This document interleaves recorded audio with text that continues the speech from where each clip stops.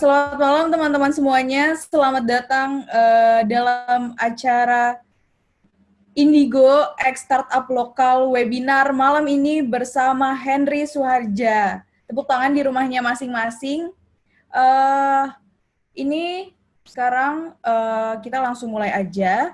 Untuk pertama-tama, ini adalah webinar pertama kalinya setelah Indigo libur nih selama masa bulan Ramadan kemarin gitu. Jadi ini webinar perdana kita, akhirnya kita menyelenggarakan webinar ini lagi kolaborasi dengan startup lokal. Untuk yang pertama, saya akan mempersilahkan perwakilan dari Indigo Creative Nation untuk mempresentasikan tentang apa sih Indigo Creative Nation itu. Kepada Mas Heri, kami persilahkan. Selamat malam semuanya. Assalamualaikum warahmatullahi wabarakatuh. Teman-teman, terima kasih sudah bergabung di meetup perdana setelah libur Ramadan. Jadi meetup terakhir kami itu tanggal 1 Mei 2020 dan itu merupakan eventnya Hipster kerjasama dengan UXID. Sebagai informasi bahwa Indigo sebagai program inkubator dan akselerator startup itu memiliki beberapa event dan diadakan kurang lebih seminggu sekali, di mana untuk minggu ini kita kerjasama dengan startup lokal. Namun bagi teman-teman yang baru join, di sini terdata memiliki beberapa event, masih ada sekitar 19 orang, jadi mungkin yang lain masih on the way. Ini merupakan, Indigo merupakan sebuah inkubator punya minggu ini kami sedang proses penjurian startup yang baru join ke batch pertama tahun 2020, yang terdata sudah ada sekitar 200 proposal, dan tugas saya malam ini adalah kebagian juga untuk penyeleksi untuk 30 startup, dan jam 9 malam adalah ada rapat pleno dengan tim kecil untuk menentukan siapa yang lolos ke babak final untuk nanti ada initial pitching perdana sebelum diputuskan manakah yang sebutlah masuk ke 10 besar dari 200 proposal yang masuk. Tanpa berlama-lama sama dengan UXID sebagai program inkubator buat ini.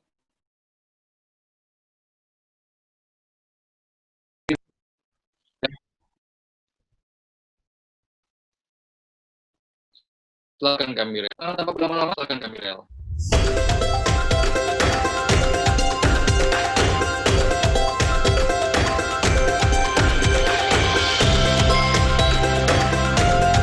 The world is going digital. The rapid pace of technological advancement has led us all to the new era of the future.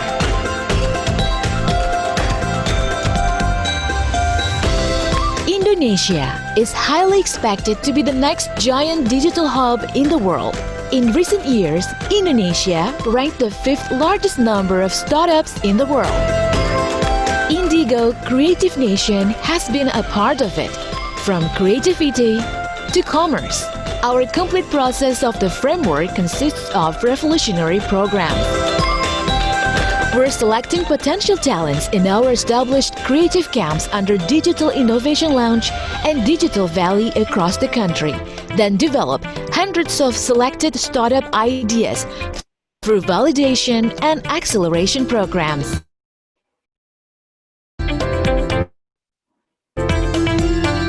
These processes are resulting in the best startups that ready to acquire bigger growth and investment. Optimizing synergy between startups, government, corporations, and investors in our creative capital under the name of Metra Digital Innovation. Supported by Indonesia Digital Network and Global Digital Hub, Indigo Creative Nation has been succeeded to establish hundreds of qualified growing startups that are ready to elevate Indonesia digital ecosystem. We also continue with the promotion activities, allowing the best startups to join the Silicon Valley Immersion Program for further development. The future is here, and we always take part to make it happen. Indigo Creative Nation, digitalizing Indonesia.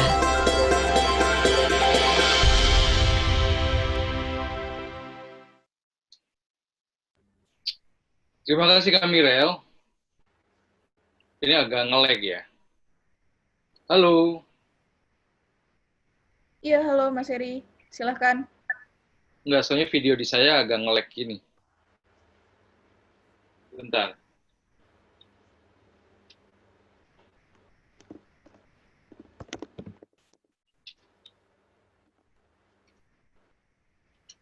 Oke teman-teman, itu merupakan profil dari Indigo sebagai inkubator. Jadi kami merupakan sebuah inkubator yang memang fokus untuk membina startup digital. Jadi bagi teman-teman yang ingin mengikutinya, bisa nanti daftar di batch kedua 2020. Saya nggak akan lama-lama karena juga ini hanya kata pengantar saja. Selamat datang di webinar kami setelah hampir 1 bulan libur. Dan pastikan minggu depan ada lagi, dan minggu depan topiknya adalah hipster kerjasama dengan UX ID Jakarta. Terima kasih, selamat datang, dan terima kasih buat tim startup lokal yang sudah hadir. Mohon maaf, saya nggak bisa join lama karena mesti melakukan proses penjurian startup. Saya kembalikan kepada MC. Terima kasih. Wassalamualaikum warahmatullahi wabarakatuh. Waalaikumsalam warahmatullahi wabarakatuh. Terima kasih Mas Heri atas sambutannya. Tepuk tangan di rumah masing-masing untuk Mas Heri. Nah, selanjutnya kita akan ada opening speech nih dari penyelenggara juga, yaitu startup lokal. Apa sih startup lokal? Nah, ingin tahu, kita langsung saja dengarkan pemaparan dari Mbak Nunik selaku perwakilan dari startup lokal. Silakan Mbak Nunik. Thank you. Halo, selamat malam teman-teman semua. Terima kasih yang sudah join di Startup Local Meetup kali ini bersama Indigo. Saya senang sekali karena meskipun kita di masa pandemi ini dan harus work from home, program ini tetap berjalan atas dukungan dari Indigo. Mungkin ada yang baru pertama kali mengikuti Startup Local Meetup workshop kali ini. Kalau buat yang belum tahu, startup lokal itu apa? Startup lokal itu adalah komunitas penggiat startup dan pemerhati startup. Nah, boleh di slide-nya, Pak? Ini bapaknya ada di depan saya. Oke, jadi ini adalah Startup Local Committee, Initiators, dan Apprentice. Ya, saya perkenalkan dulu satu persatu. Jadi kami ada 4 inisiator dan ada 4 apprentice yang membantu terlaksananya startup lokal workshop setiap bulannya, dan tentu juga dibantu oleh tim Indigo. Nah, yang sebelah kiri itu tadi rekan saya Heri Farurizal yang juga barusan opening di Indigo, karena juga dia selain inisiator dari startup lokal juga, dia juga mewakili Telkom Indigo karena memang bekerja juga di Indigo. Dan kemudian ada Henry Ciunardi yang kebetulan malam ini tidak bisa hadir. Lalu ada Natali Ardianto, ini yang kebetulan ada di depan saya. Jadi kebetulan Pak Natali ini adalah suami saya. Ya, Pak Natali ini adalah salah satu co-founder dari IPNI, Jovi Lifepack, yang nanti juga akan dipresentasikan di sesi Startup Update karena akan ada exciting news. Dan juga beliau dulu adalah co-founder dari tiket.com. Terus ada juga Hazmi, dan kemudian saya, Nunik Tirta, ada Diza, dan juga ada Salsabila Oli. Nah, boleh di next lagi, Pak? Baik, Bu. Oke, nah ini ya sejarahnya pertama kali startup lokal itu ada sejak April 2010. Jadi sebenarnya kita tuh harusnya udah ulang tahun yang ke-10 bulan April lalu. Tahun ini kita tuh 10 tahun. Bayangin komunitas yang bisa bertahan selama 10 tahun dan secara organik, dan kita tuh memang tumbuhnya tuh grow-nya memang secara, kalau boleh dibilang ini dulu grassroots lah dari awalnya itu, karena kita memang berkumpulnya berdasarkan kesatuan minat, yaitu dunia startup gitu. Kalau teman-teman mau baca sejarahnya, di sini saya udah kasih linknya juga, short linknya j.mp startup local history. Nah, di situ bisa dibaca siapa aja sih yang pertama kali datang di meetup pertama kali ini di Starbucks FX gitu ya. Jadi pertemuannya informal sekali, kita ngebahas di dunia startup, bahkan oleh teman-teman yang mereka pun sendiri meskipun ngerjain startup tapi nggak ngerti istilah startup itu apa gitu. Waktu itu memang masih very new, something new lah gitu ya. Dan kalau teman-teman perhatikan, ini mungkin karena layarnya sangat kecil ya, di situ ada beberapa startup founders yang sekarang sudah becoming somebody in the industry. Misalnya William, co-founder dari Tokopedia sekarang ini, gitu, yang sudah jadi unicorn, gitu. Oke, next-nya Pak, boleh di... Ya, nah ini ya, kita pingin sebagai sebagai inisiator, kita pingin teman-teman yang hadir di sini itu bisa hadir secara atentif, aktif, dan kemudian melakukan action. Jadi atentif itu nanti listen to respective speaker ya. Ya kebetulan malam ini kita mengundang Pak Henry. Henry itu adalah founder dari Titipku yang juga pada masa pandemi ini justru startupnya itu bertumbuh 600% gitu. Jadi tadi saya wow gitu ya, surprise juga gitu. Kebetulan Henry ini juga beberapa kali saya dan Natali juga mentoring untuk startups-nya, dan mereka sangat resilient sekali gitu dalam menghadapi pandemi ini, malah justru bertumbuh pesat gitu. Makanya kita semoga bisa belajar banyak dari Henry. Dan kemudian be actively involved gitu ya, activities. Nah kalau online begini memang tidak ada workshop secara activity yang langsung seperti kalau kita offline, tapi mungkin bisa secara aktif mencatat, mungkin nanti kalau ada pertanyaan juga dicatat dulu supaya nanti teman-teman bisa mengajukan pertanyaan pada sesi Q&A. Dan kemudian action, jadi implement knowledge yang sudah didapatkan dari workshop ini, karena ya sebenarnya kalau cuma dengerin aja tapi nggak dilakukan juga sayang aja, ilmunya kan jadinya tidak terimplementasi dengan baik, jadinya nanti sayang gitu ya, mubazir gitu. Boleh Pak di next lagi? Silakan Pak. Oke, jadi sekian. Mudah-mudahan teman-teman yang sekarang hadir di sini sebagai peserta, suatu saat bisa menjadi salah satu speaker di startup lokal. Karena contohnya seperti Henry ini dulu juga hadir sebagai peserta gitu ya, seperti teman-teman saat ini. Tetapi kemudian karena startupnya berkembang, kemudian bisa kita undang sebagai pembicara, karena pasti banyak knowledge yang bisa kita dapatkan nantinya, begitu. Sekian, terima kasih teman-teman, stay in touch dan follow Instagram kita startuplokal.id. Thank you very much. Thank you, Bu Nuni. Mbak Nuni. Thank you. Yes. Ya, teman-teman, kira-kira seperti itulah penjelasan dari startup lokal. Rasanya ngelihat foto terakhir tuh pengen deh webinar bareng-bareng lagi di kantornya Indigo gitu, kangen banget ya. Sekarang kita masih webinar aja dulu sementara sampai menunggu situasi kondusif gitu. Nah, aku juga mau ngucapin selamat datang kepada teman-teman yang baru hadir. Sekarang sudah ada 27 attendees. Selamat datang. Aku juga ingin memberitahu bahwa nanti kita akan bagi-bagi pulsa, yaitu jangan lupa follow Instagramnya @Indigo for Nation, dan follow juga Instagramnya speaker kita hari ini, yaitu @Henry Suharja. Nanti teman-teman bisa bertanya lewat kedua Instagram tersebut, dan ya pemenang terpilih itu akan mendapatkan pulsa dari Indigo. Nah, langsung saja ke acara selanjutnya, yaitu akan ada pemaparan tentang startup update dari Mas Natali nih, perwakilan startup lokal. Silakan Mas Natali. Ini tukeran tempat aja ya Mas Natali ya? Pura-puranya jauh padahal sebelah-sebelahan gitu.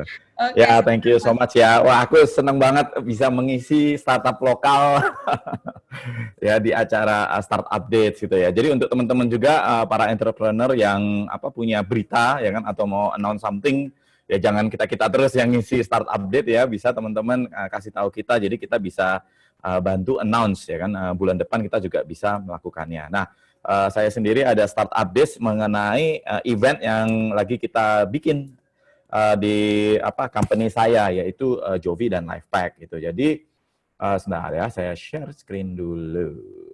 Iya. Nah, ini jadi company saya itu ada 2 produk ya, namanya Jovi dan Lifepack gitu. Jadi Jovi sendiri adalah machine learning ya, berbasis science untuk rekomendasi suplemen gitu. Jadi teman-teman cukup download apps, jawab beberapa pertanyaan. Nah, dari jawaban itu tuh nanti kita akan formulasikan suplemen yang tepat gitu. Dan itu kita juga taking account of alergi atau lagi konsumsi obat apa gitu. Kayak contohnya kalau lagi minum warfarin itu pengencer darah, ya berarti nggak boleh minum omega 3 gitu, karena omega 3 itu membantu mengencerkan darah gitu kan. Karena omega 3 kenapa kok membantu mengencerkan darah juga ya, karena biar otaknya lancar gitu, encer gitu ya. Jadi kita sendiri teman-teman nggak usah tahu kan, oh vitamin ini manfaatnya apa ya. Pokoknya jawab pertanyaan, concern-nya apa, ya nanti dari situ akan mendapatkan solusinya. Kalau Lifepack sendiri itu ini ya apotek digital gitu, tapi kita spesialisasinya adalah apa sih spesialnya? Penyakit kronis.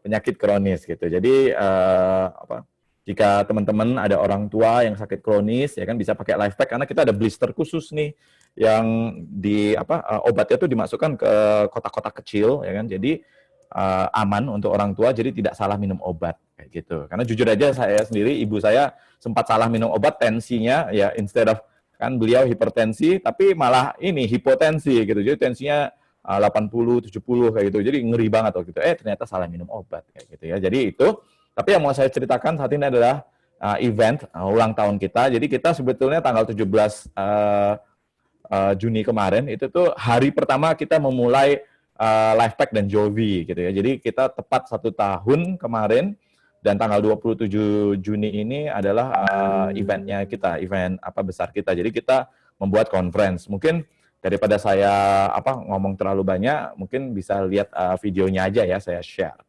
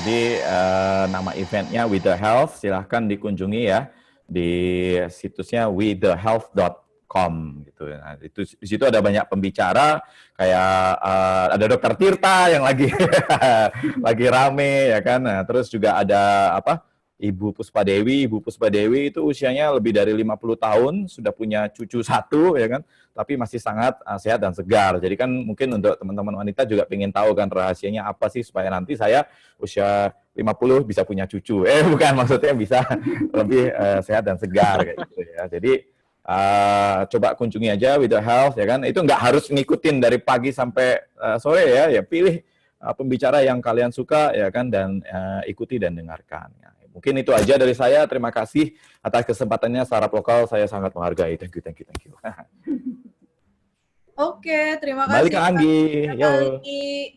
atas pemaparannya tentang With The Health. Nah, buat teman-teman yang ingin tahu tentang With The Health lebih lanjut, itu di bagian chat udah ada alamatnya withthehealth.com. Bisa langsung copy paste dan langsung aja cari di website gitu. Nah, sebelum kita lanjut ke acara berikutnya. Nah, ini aku mau ngejelasin sekali lagi bahwa di acara hari ini teman-teman bisa follow dulu Instagramnya @indigo4nation ini dan Instagramnya speaker kita juga di @henrysuharja. Buat teman-teman yang bertanya di acara pada malam hari ini, yang beruntung akan mendapatkan pulsa sebesar Rp100.000 untuk pemakai Telkomsel ya, khususnya. Itu yang beruntung gitu. Jadi teman-teman jangan lupa follow sekarang dan nanti bisa bertanya dengan mengirimkan DM ke 2 akun tersebut gitu. mungkin langsung saja ya, ini udah ditunggu-tunggu oleh teman-teman. Kita akan sambut Mas Henry selaku CEO dan co-founder Titipku. Halo Mas Henry. Halo. Oke. Halo.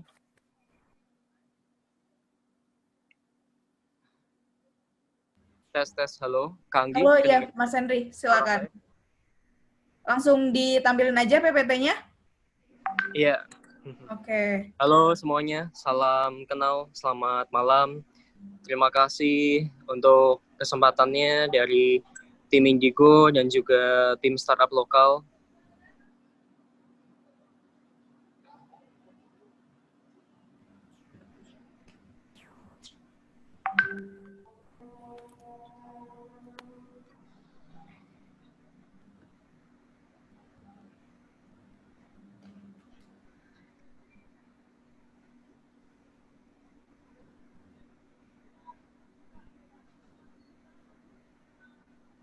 Oke, sambil menunggu PPT-nya mungkin bisa dijelaskan sedikit nih Mas Heri.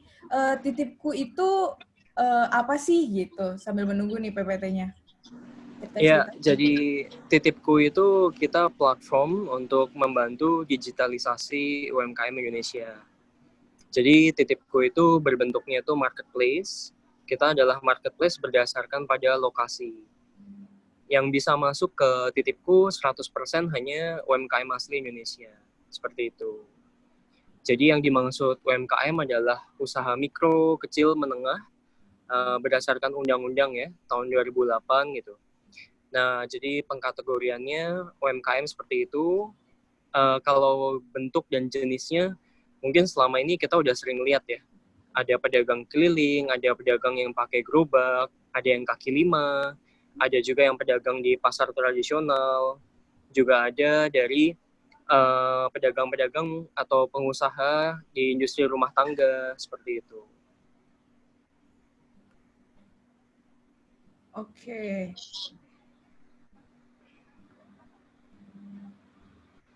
Silakan, Mas Henry.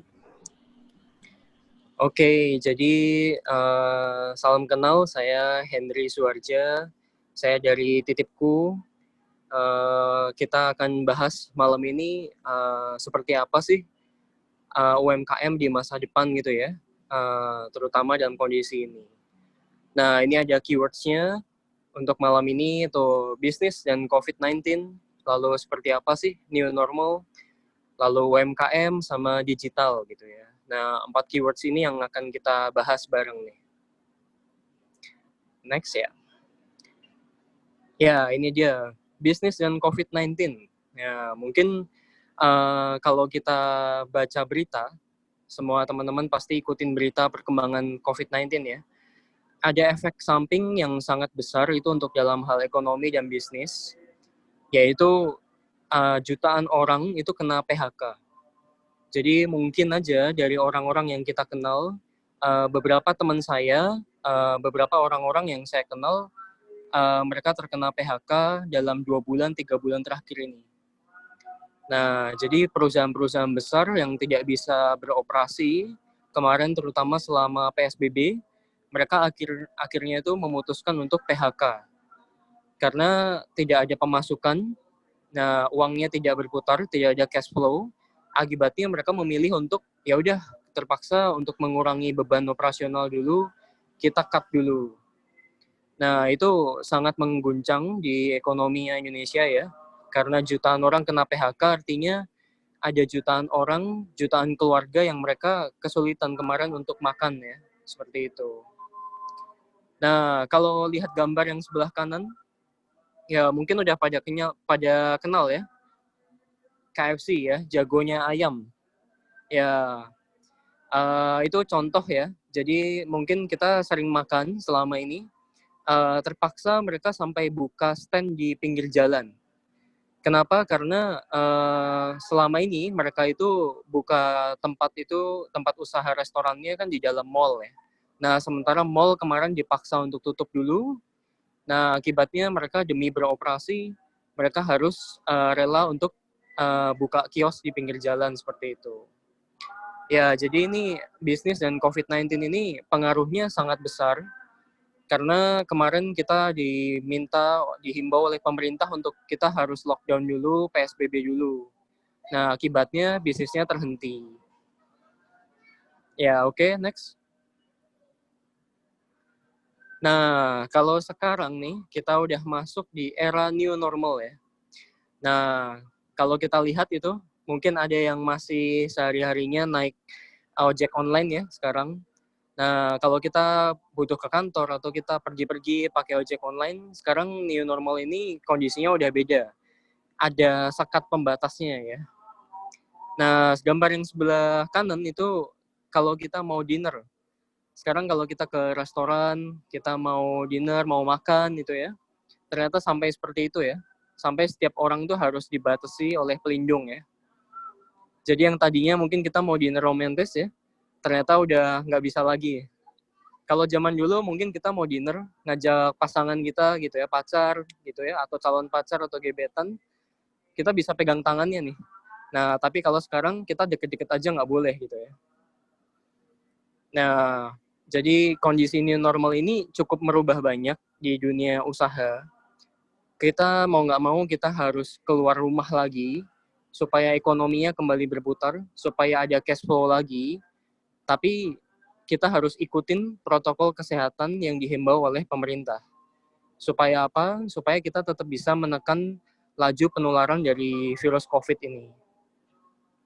Nah, jadi kalau misalnya kita bagi yang punya usaha, ya kita coba untuk terapkan protokol kesehatan itu.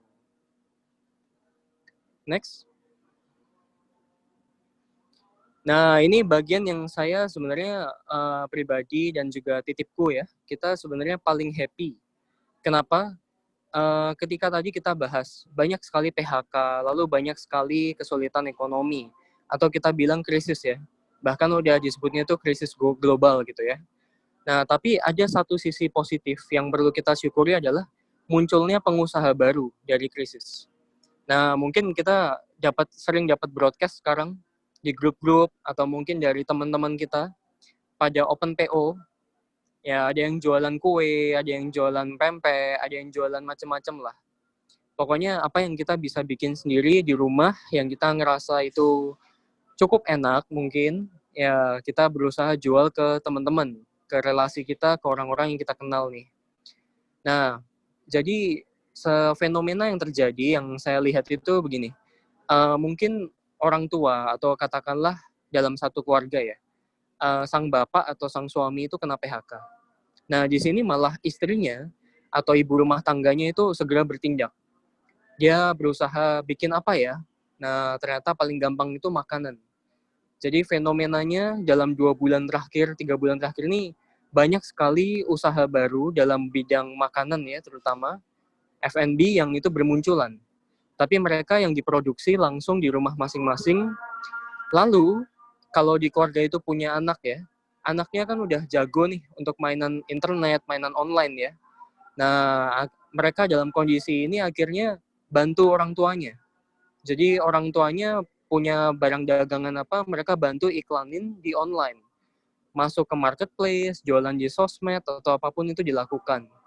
Nah, ini sebenarnya kalau saya lihat itu sesuatu yang indah sekali ya, di mana satu keluarga itu mereka kerjasama nih. Bapaknya lagi kesulitan, istrinya bantu, anaknya bantu juga, seperti itu. Nah, mungkin yang kirim-kirim barangnya bapaknya sendiri gitu. Nah, itu satu hal. Lalu hal yang kedua yang saya lihat ini, sebenarnya pengusaha yang muncul di momen krisis ini itu akan jadi pengusaha yang paling tangguh. Nah, kenapa? Itu sudah dibuktikan oleh sejarah. Sebenarnya krisis ini kan berulang ya. Krisis ekonomi itu berulang dengan penyebab yang berbeda-beda tentunya dalam periode-periode tertentu. Nah, tapi kita sudah lihat begitu banyak brand-brand besar atau perusahaan besar yang itu munculnya itu dari krisis. Kalau saya ditanya, kenapa kok pengusaha yang muncul dari krisis ini disebut yang paling tangguh? Bukannya mereka ini terpaksa jadi pengusaha ya? Atau terpaksa itu jadi UMKM baru? Nah, kenapa? Karena mereka mulai itu dari yang mereka punya. Itu adalah basic dari bisnis ya. Kita bisa apa, kita bisa melakukan apa gitu, dan yang sesuai dengan marketnya kita. Nah, langsung secara kreatif, coba-coba dulu, lakukan dulu. Nah, ternyata ketika dijalanin, nah saya dengar banyak juga cerita yang bagus. Di mana teman-teman saya yang mereka tuh jualan lumpia, risoles, jualan makanan apapun, kue. Nah, sekarang ternyata berkembang. Dan ternyata dalam waktu 2 bulan itu omsetnya tuh signifikan. Bahkan sampai ada yang puluhan juta gitu. Jadi di situ menandakan bahwa oh sekarang bisnis nggak perlu lagi loh. Harus punya tempat usaha sendiri, harus sewa ruko, harus sewa tempat jualan, seperti itu enggak. Ternyata di era new normal ini, kita bisa jualan dari rumah, kita bisa manfaatin platform online buat kita tuh dapat income lagi, supaya keluarga kita bisa makan lagi nih. Nah itu. Jadi ini sebenarnya ada sisi positif tadi, ada sisi negatifnya dari COVID-19 ini ya. Nah, ini satu hal yang bagus nih. Dan kalau ada hal ketiga yang saya boleh sampaikan, orang Indonesia itu kan terkenal dengan slogan gotong royong. Itu sebenarnya hanya orang Indonesia loh yang punya. Nah, jadi Indonesia ini dengan munculnya banyak UMKM baru, nah selama COVID-19 ini, itu malah bisa jadi contoh untuk negara-negara yang lain. Seharusnya negara-negara lain tuh bisa ngelihat, oh Indonesia nih, mereka kena krisis, tapi mereka UMKM yang baru tuh malah semakin banyak. Dan ternyata mereka saling beli dari teman ke teman. Temannya jualan apa, dia beli. Dia jualan, temannya yang beli. Nah, seperti itu. Jadi ekonomi kita bisa tetap sehat dalam kondisi seperti ini. Oke, lanjut. Nah, kalau tadi kita mau bahas tentang digital, mungkin kalau saya boleh perluas sedikit ya. Ini dia, ini tentang revolusi industri 4.0 ya. Nah, di sini itu ada 6 pilar teknologi. Nah, ini menurut Profesor Renald Kasali ya. Nah, kebanyakan dari kita, masyarakat kita ini belum memahami sebenarnya revolusi industri 4.0 ini kayak apa sih gitu. Kenapa yang terjadi itu seperti ini akhirnya? Kenapa ada orang yang belanjanya itu akhirnya itu via online dan itu semakin meningkat? Nah, sebenarnya itu ada penyebabnya. Kenapa kok video ya? Mungkin kita sekarang sering nonton video TikTok ya. Jadi anak-anak muda yang tiba-tiba tadinya pemalu, terus setelah lihat TikTok dia jadi ikutan nari-nari ya. Tiap malam akhirnya bikin video TikTok. Nah, sebenarnya ini yang terjadi. Jadi adanya super apps atau aplikasi ya yang masuk di online dan itu data semua terkumpul ya, kemudian diolah, akibatnya jadi adanya big data dan itu digunakan untuk tujuan tertentu oleh company-company yang mereka yang memiliki apps tadi, yang memiliki platform tadi. Untuk apa tujuannya?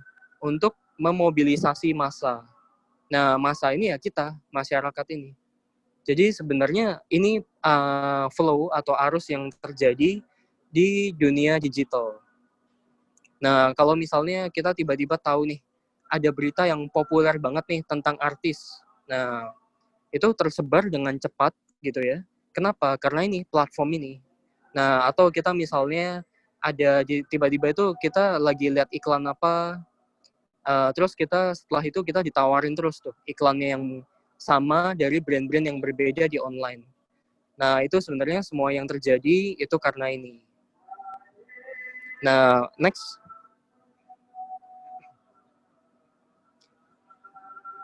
Nah, kita perlu pahami dulu. Jadi kalau tadi kita bilang nih, oke, berarti nih kesempatan kita untuk bisnis.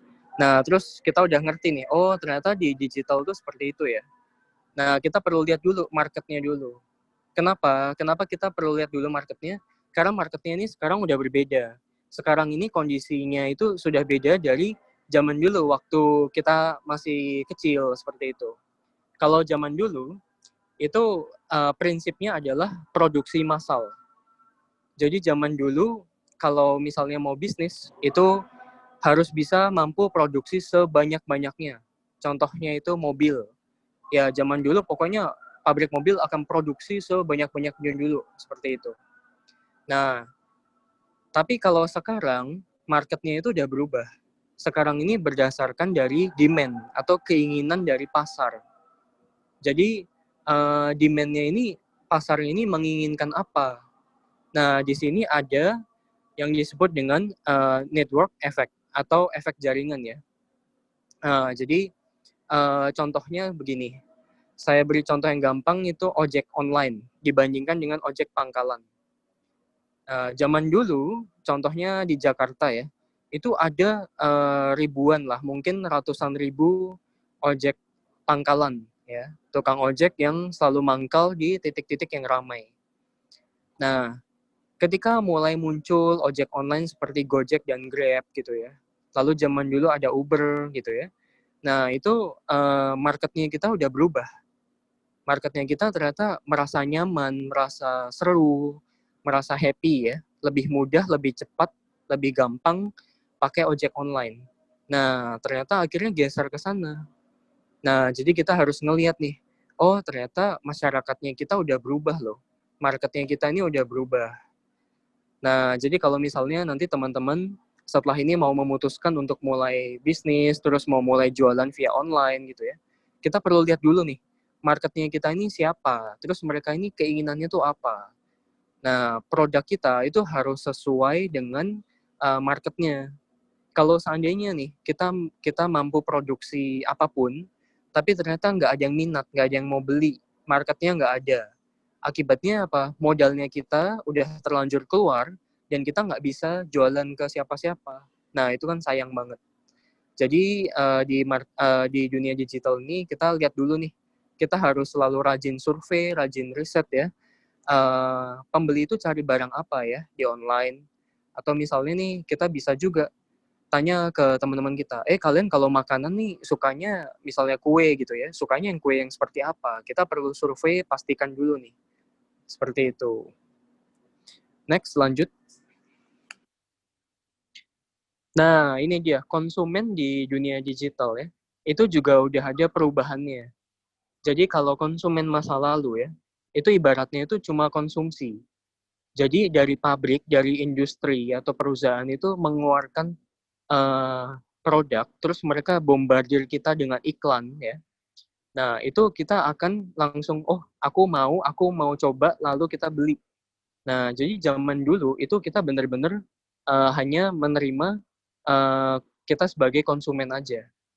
Saya kasih contoh nih, kalau misalnya dengar kata-kata ini, ingatnya apa? Diputer, dijilat, dicelupin. Ya, mungkin teman-teman langsung ingat ya. Oh, itu iklannya dari Oreo gitu ya. Atau misalnya nih saya bilang, kita mau kuat nih kayak macan.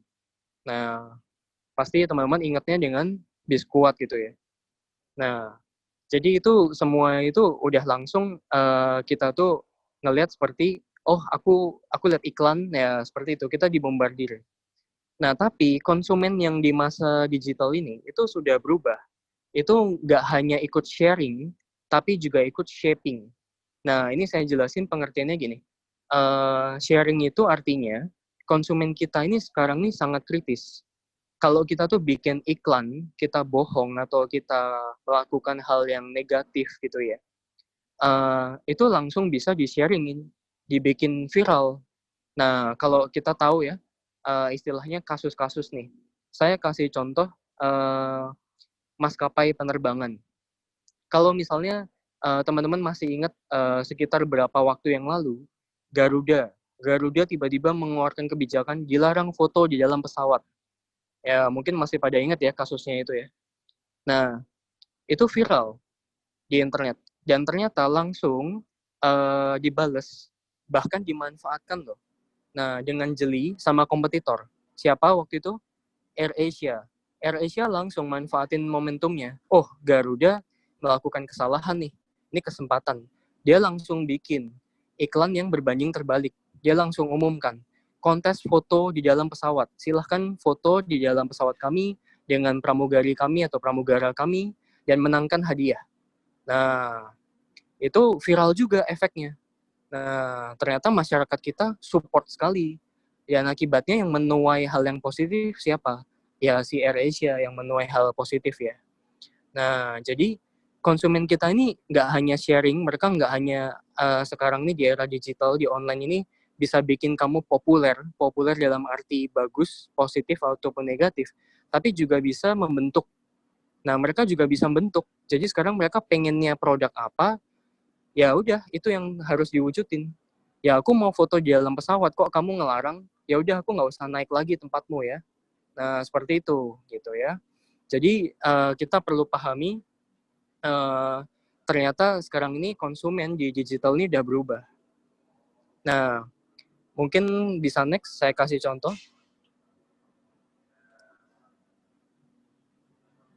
Ya, jadi ini dia.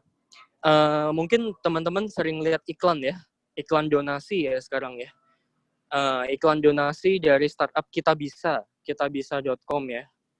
Nah, itu mereka timnya Kita Bisa itu sangat jago untuk bikin storytelling, untuk bikin iklan atau kisah-kisah yang menggugah dari campaign donasinya mereka. Ya, jadi timnya Kita Bisa ini mereka memviralkan, mereka posting di sosial media, dan ternyata kita bisa lihat nih contohnya ya. Itu contohnya yang memberikan tanda like sampai 20.000 orang lebih. Yang komentar itu sampai 4.000 orang. Yang share berapa? Hampir 4.000 orang juga. Nah, jadi kesimpulannya apa nih? Mereka ini nggak hanya share, tapi juga turut menyumbang. Menyumbang apa? Menyumbang para orang yang membutuhkan di campaign ini, contohnya ya. Si adik ini ya. Nah, jadi di sini kita bisa lihat nih, kalau zaman dulu, mungkin zamannya orang tua kita masih kecil gitu ya. Kalau misalnya ada yang butuh untuk sumbangan, hanya bisa minta ke keluarga terdekat, hanya bisa minta ke teman-teman dia gitu ya. Itu pun mintanya aja setengah mati.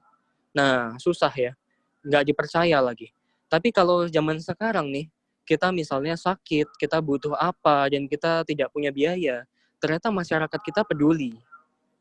Nah, jadi ini udah berubah. Tadi kalau saya bilang konsumen atau masyarakat ya, user pengguna aplikasi apapun itu, nggak hanya sharing tapi juga shaping gitu ya. Ya, ini ada informasi dari Kak Heri ya. Ya, foundernya Kita Bisa ya, Mas Timi ya, ikut startup lokal tahun 2015 ya. Nah, seperti itu. Oke, kita next ya. Oh, Fikra Ilyas yang ikut ya. Ya, oke. CMO-nya Kita Bisa ya. Ya. Oke, selanjutnya nih. Di digital, perlu kita pahami di era ini sekarang itu ada ancaman, tapi juga ada peluang yang tadi kita bahas. Nah, kita bisa melihat ini dari 12 sisi, tapi kalau kita mau jadi pengusaha, kita harus pilih itu sebagai peluang. Oke, next. Nah, ini dia. Tadi kalau Pak Natali cerita ya, punya startup juga yang machine learning ya. Terus juga sekarang populer dengan istilah AI ya, kecerdasan buatan ya. Tahun 2020 nih katanya itu sudah membuat ada 5 juta pengangguran. Nah, saya nggak tahu secara internasional jumlahnya berapa, tapi perkiraan saya di tengah kondisi COVID-19 ini semakin banyak. Kalau secara internasional pasti semakin banyak yang jadi pengangguran. Jadi nggak hanya karena pengaruh digital, ditambah karena wabah pandemi ini semakin parah. Next. Nah, ini dia. Jadi di bawah ancaman dari machine learning itu, ada 11 industri yang akan kena pengaruh nih.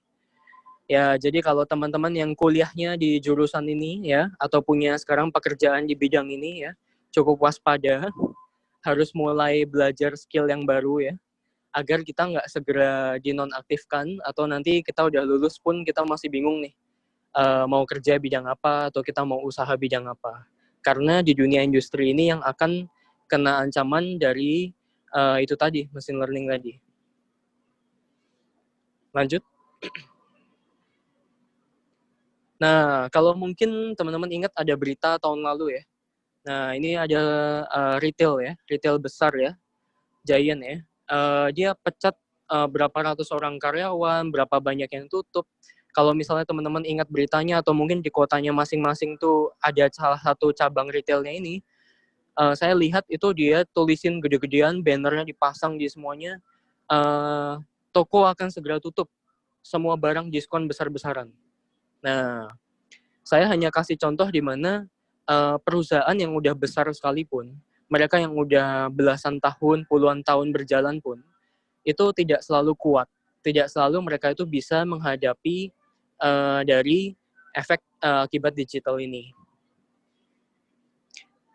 Next. Nah, ini ada 4 ya, ada 4 grup besar ya, yang mereka startup besar internasional yang mereka mengubah sebagian besar dunia bisnis internasional, dan juga kita di Indonesia juga ada. Next. Ya, ini Big Four ya, 4 unicorn yang pertama ya. Jadi mereka yang dulu waktu pertama kali di Indonesia disebut unicorn asli Indonesia, dan mereka ternyata dalam waktu 5 tahun terakhir itu mengubah banyak banget kondisi ekonominya kita. Jadi dunia digital ini dalam waktu yang singkat itu bisa berpengaruh sangat-sangat besar. Next ya. Nah, lalu saya mau bahas nih, kalau kita malam ini kita mau bahas ini UMKM Indonesia. Nah, itu ada data dari sumber berita ya. Produk Indonesia hanya berkontribusi 5% dari total transaksi 200 triliun dalam e-dagang atau mungkin e-commerce. Nah, jadi dari tahun ke tahun ya, teman-teman bisa bayangkan transaksi di e-commerce itu terus meningkat, dan itu nilainya itu nggak kecil. Nilainya itu sampai puluhan T pertambahannya setiap tahunnya. Nah, ini beritanya tahun 2017 aja dia udah 200 triliun. Tapi sayangnya produk asli Indonesia itu hanya 5% dari 200 triliun itu. Nah, jadi kita bisa bayangin, oh ternyata kita nggak hanya bisa sekedar happy-happy aja. Kita nggak hanya sekedar bayangin bahwa, oh digital ini mengubah kita. Tapi mengubah ini ternyata tetap ada ancaman ekonominya. Nah, jadi bayangin bahwa 95% yang terjual itu sebenarnya produk dari luar negeri atau produk impor. Nah, lalu berikutnya. Nah, ini dia. Untuk pasar tradisional, 25% pasar tradisional tutup dalam 4 tahun terakhir. Nah, itu tahun 2017. Sekarang kita mungkin bisa update lagi. Kalau nanti sampai akhir 2020 nih, semakin banyak pedagang dan pasar itu yang akibat digital ini, mereka konsumen atau pembelinya itu beralih, dan akibatnya mereka harus tutup. Gitu. Kenapa tutup? Karena pasarnya sepi. Nggak ada yang datang. Akibatnya pedagangnya rugi semua, barang-barangnya cepat busuk. Nah, jadi ini semua disebabkan apa? Kalau kita bilang ada 2 hal sebenarnya. Tidak hanya menyalahkan digital, tapi juga semakin banyaknya minimarket yang kecil-kecil ya, minimarket yang di berbagai daerah itu mereka punya cabang. Lucunya kan dalam jajaran satu jalan aja mereka bisa jajaran ya. Ya kita nggak perlu sebut merek, masing-masing tahu ya. Nah seperti itu. Jadi retail-retail yang kecil-kecil tuh semakin menjamur, dan itu juga salah satu penyebab di mana pasar kita ini semakin tergerus. Lanjut. Nah di sini kalau saya boleh kenalkan Titipku secara singkat ya. Ini aplikasinya Titipku, bisa di-download di Play Store. Jadi Titipku ini 100% UMKM asli Indonesia. Kita marketplace, kita bantu mereka go digital di platformnya Titipku, tapi yang kita izinin masuk tuh memang hanya UMKM asli Indonesia. Nah, di sini kita punya konsep di mana pembeli itu kenal dengan pemilik UMKM-nya. Saya kasih contoh gini, teman-teman bisa bayangkan, kalau misalnya kita belanja online, teman-teman googling cari batik gitu ya, yang keluar apa? Di marketplace yang lainnya itu langsung batiknya. kita nggak pernah tahu yang jual itu siapa, tokonya tuh di mana, apakah memang dia asli pedagangnya atau bukan. Nah, itu marketplace pada umumnya. Sementara di Titipku, itu kita bisa tahu, ini yang jualan siapa ya? Mereka udah berapa lama jualan, alamatnya di mana ya? Kalau saya mau cari barangnya, tokonya ini, atau misalnya dia industri rumah tangga, itu lokasinya di mana? Nah, seperti itu. Jadi itu bedanya Titipku. Lalu yang ketiga, Titipku ini punya konsep kepemilikan bersama. Nah, saya jelaskan singkat seperti ini. Kalau misalnya nih, teman-teman udah tahu ada marketplace yang besar-besar nih, atau tadi kita bilang ada startup yang udah unicorn gitu ya, itu mereka umumnya kepemilikan dari perusahaannya itu dimiliki oleh sang founder, para foundernya atau para venture capital kalau kita bilang dunia startup. Nah, kalau Titipku, kita punya konsep di mana kita mau bagi-bagikan kepemilikan perusahaannya Titipku ini untuk semua pihak, yaitu para pengguna aplikasi Titipku. Kenapa? Itu sebagai apresiasi bahwa kita udah bareng-bareng itu support UMKM-nya Indonesia. Nah, seperti itu. Lanjut. Nah, ini dia aplikasinya Titipku. Sebenarnya untuk tampilannya sudah agak berubah aplikasinya. Jadi sekarang kita dari tampilannya Titipku itu sudah berdasarkan lokasi. Jadi contohnya misalnya sekarang saya sedang di Jakarta Barat, saya sedang di daerah Meruya. Nah, otomatis nanti UMKM yang keluar adalah UMKM di daerah terdekat saya. Pasar tradisional yang keluar adalah pasar di dekat saya, seperti itu. Nah, jadi kalau nanti teman-teman coba download aplikasinya Titipku, itu kalian bisa lihat, kalian akan rasakan user experience-nya itu berbeda. Kenapa? Karena yang kalian buka pertama kali, itu langsung pasar tradisionalnya, dan siapa pedagang-pedagang yang ada di sana, atau UMKM-nya. Jadi bisa langsung lihat seperti itu. Tidak langsung melihat, oh barangnya apa, gitu. Itu bedanya Titipku dengan marketplace pada umumnya. Baru setelah kita buka UMKM-nya, nah kita bisa melihat detail dari produk yang dia jual, terus kisahnya dia membangun usaha, alamatnya di mana, jam buka, jam tutupnya, dan sebagainya. Jadi ini tadi yang saya bilang, di mana pembeli itu bisa kenal dengan pemilik UMKM-nya. Karena kisahnya pengusaha UMKM itu kita tuliskan di situ. Next. Nah, ini dia. Kalau kita dalam kondisi corona ini, nah itu ada contoh screenshot ya, aplikasinya Titipku. Nah, mungkin teman-teman kalau melihat ini layarnya ini bisa langsung mengerti, oh ternyata feel-nya berbeda ya. Karena itu tadi contohnya pedagang ayam di pasar, itu kebetulan contohnya pasar di Jogja. Nah, si Mbak Ita namanya ya.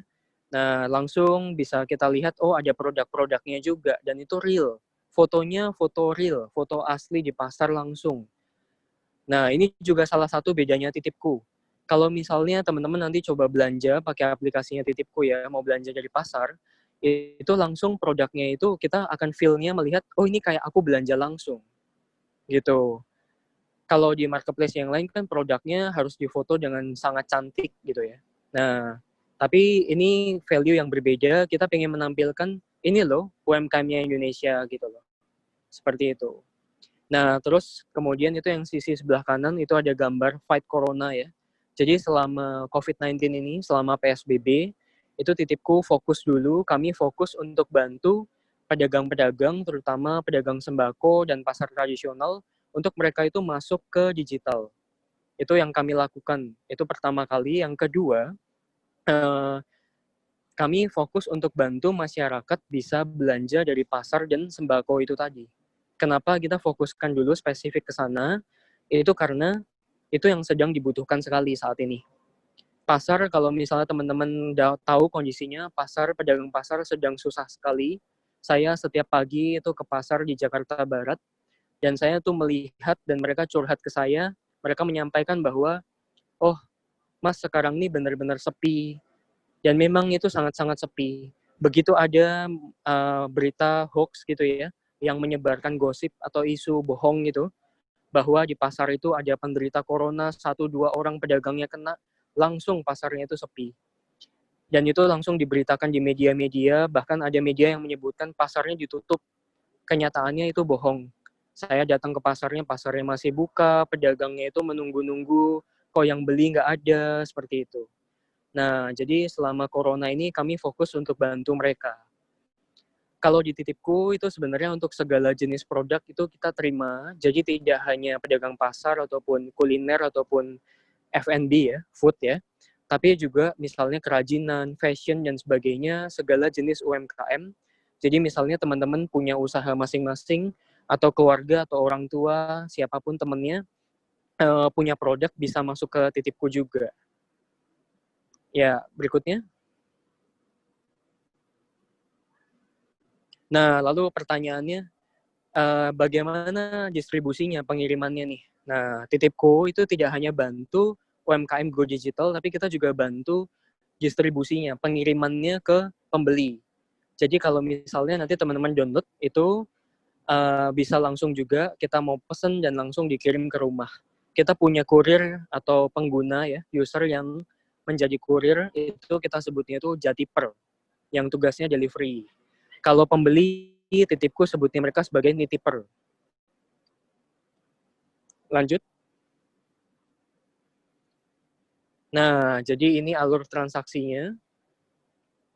Pertama, UMKM atau pedagang atau industri rumah tangga itu dibantu oleh penggunanya titipku yang menjadi penjelajah. Penjelajah itu siapa? Penjelajah itu semua orang, semua pengguna, terutama generasi milenial ya, yang udah hobi main sosial media. Nah, aplikasinya titipku itu kalau nanti teman-teman sudah download itu mirip dengan Instagram. Jadi kita keluar rumah itu lihat, oh ada tetangga kita jualan bakso. Langsung kita bisa foto, kita bisa langsung review usaha baksonya, langsung kita bantu mereka untuk masuk ke digital. Nah, tanpa pemilik UMKM-nya harus kesulitan. Nah, kalau misalnya teman-teman paham, mungkin teman-teman juga mengerti di mana pelaku UMKM kita ini kesulitan masuk online, karena mereka umumnya sudah berusia lanjut, atau mereka itu tidak punya handphone atau smartphone. Seandainya punya pun, mungkin belum paham atau tidak mengerti caranya gimana sih bisnis via online. Nah, seperti itu. Tapi kita yang generasi milenial, begitu download, pasti langsung mengerti. Nah, itu yang disebut penjelajah, membuatkan toko online untuk UMKM. Nah, nanti teman-teman yang di rumah, yang mau beli, bisa langsung pesen lewat aplikasinya, lalu dikirimkan oleh jatiper tadi. Nah, jadi titipku ini memang kenapa namanya titipku, karena memang bisa nitip, gitu. Tapi kita nitipnya itu barang-barang UMKM Indonesia. Lanjut. Nah, ini dia. Jadi kalau misalnya teman-teman coba pahami, titipku ini kita membuat ekosistem untuk ekonomi digital. Nah, jadi kita bareng-bareng itu bantu UMKM, di mana penggunanya aplikasi titipku itu setiap harinya bisa bergonta-ganti. Hari ini aku mau jadi penjelajah, aku mau bantuin UKM masuk online. Oh, besok aku mau dapat income lebih, aku mau jadi jatiper. Atau, oh aku hari ini mau beli aja deh, aku jadi nitiper. Nah, jadi ini yang didapatkan oleh penggunanya titipku. Masing-masing nanti bisa dapat voucher saham. Yang tadi saya bilang itu voucher sahamnya kepemilikan PT Terang Bagi Bangsa atau PT Titipku. Lalu juga dapat income. Untuk siapa? Untuk penjelajah dan untuk si jatiper. Seperti itu. Lanjut ya. Nah, ini dia penjelajah ya. Perannya dia apa? Mengenalkan titipku ke UMKM, membuatkan toko online, membantu promosi. Nah, si penjelajah ini bisa dapat reward nilainya 5.000 sampai 10.000 rupiah untuk setiap jelajah yang diposting. Saya berikan gambaran ya, teman-teman. Pernah ada penggunanya titipku yang jadi penjelajah, yang dia dalam waktu 1 bulan dia posting 600 UMKM. Nah, jadi teman-teman bisa bayangkan berapa banyak penghasilan yang dia dapatkan. Nah, lalu juga dapat passive income dari setiap kali transaksi yang terjadi di jelajah yang dia buat. Seperti itu. Juga dapat voucher saham itu tadi, setiap kali ada transaksi. Lanjut. Nah, lalu bagi yang senang belanja, bagi yang senang kirim-kirim, mau jadi jatiper, nah tugasnya dia simple, belikan barangnya di UKM, lalu kirim ke pembelinya. Nah, benefitnya dapat income, yaitu ongkos kirimnya atau jasa titipnya, juga dapat voucher sahamnya Titipku. Oke, lanjut. Nah, bagi yang misalnya nih mau jadi pembeli atau nitiper gitu ya, ya dia bisa belanja secara online. Jadi sekarang gampang, nggak perlu ke pasar. Kalau misalnya kita masih kondisi seperti ini, mungkin kita punya istri atau mungkin punya ibu ya di rumah ya, tolong disampaikan, Bu, kalau mau belanja pakai Titipku aja supaya aman. Nah, gitu. Oke, next. Nah, ini dia. Ini contohnya, ini ada Mbak Heni. Mbak Heni ini pedagang kelontong di Pasar Lempoyangan di Jogja. Nah, Titipku itu sudah dalam waktu 3 bulan terakhir ini, kita support 9.000 UMKM lebih ya, untuk masuk ke platformnya Titipku, Go Digital. Kemudian yang kedua, lebih dari 50 pasar. Itu udah masuk ke Titipku. Nah, ini tersebar nggak hanya di Jakarta ataupun Jogja, tapi juga di Jawa dan Bali terutama. UMKM-nya Titipku itu secara total itu sudah 100.000 UMKM yang masuk ke online melalui Titipku. Itu tersebar dari Aceh sampai Papua. Kalau pengguna aplikasinya Titipku sudah 150.000 pengguna. Nah, selama COVID-19 ini kita bertumbuh cukup pesat seperti itu. Next.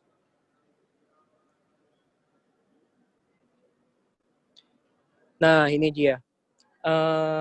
Di Indonesia tuh ada berapa banyak UMKM? Ada 60 juta lebih. Ada yang bilang 63 juta bahkan. Nah, 80% pemilik UMKM ini itu perempuan. Jadi sebenarnya perlu kita pahami yang memegang ekonomi Indonesia ini sebenarnya siapa? Perempuan. Nah, tapi sayangnya hanya 10% yang sudah go digital. Jadi istilahnya 90% itu tadi masih belum. Dan kalau tadi di depan kita bahas produk yang kejual baru 5% loh. Nah, jadi artinya apa? UMKM-nya Indonesia ini benar-benar perlu kita support bareng-bareng untuk lewat digital. Nah, Titipku kita udah support, dibantu sama 150.000 usernya kita untuk support 100.000 UMKM. Next.